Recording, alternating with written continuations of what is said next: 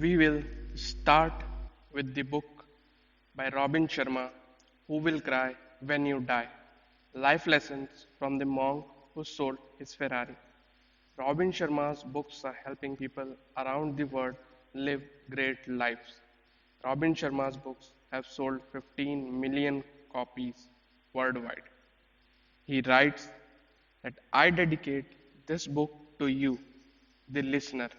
May you apply the life lessons you discovered within these pages to manifest the fullness of your talents while making a difference in the lives of all those around you. This book is also dedicated to his children, Colby and Bianca, two of his greatest teachers. The tragedy of life is not death, but what we let die inside of us while we live. Chapter 1, Discover Your Calling. When I was growing up, my father said something to me I will never forget.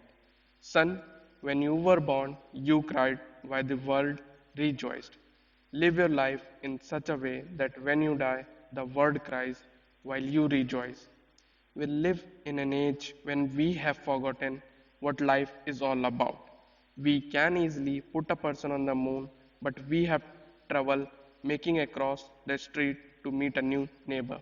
We can fire a missile across the world with a pinpoint accuracy, but we have trouble keeping a date with our children to go to the library.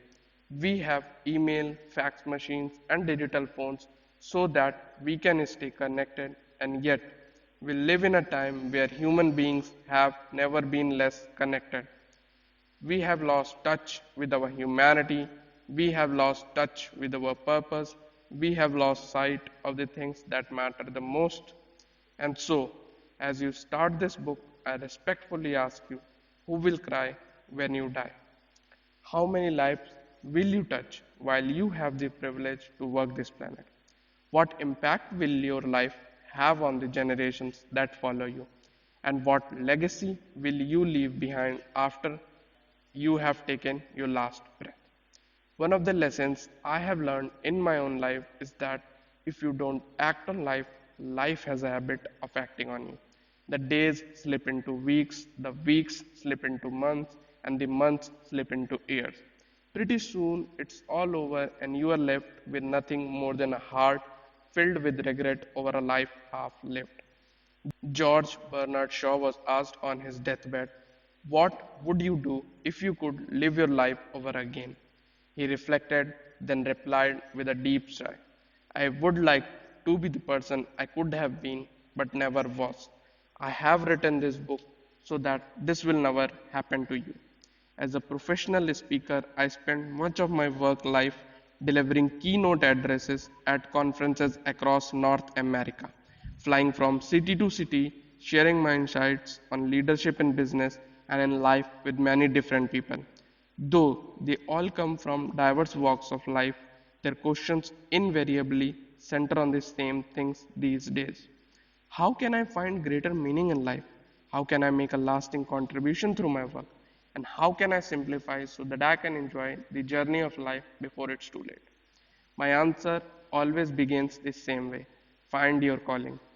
I believe we all have special talents that are just waiting to be engaged in a worthy pursuit. We all are here for some unique purpose, some noble objective that will allow us to manifest our highest human potential while we, at the same time, add value to the lives around us. Finding your calling doesn't mean you must leave the job you now have. It simply means you need to bring more of yourself into your work and focus on the thing you do best. It means you have to stop waiting for other people to make the changes you desire.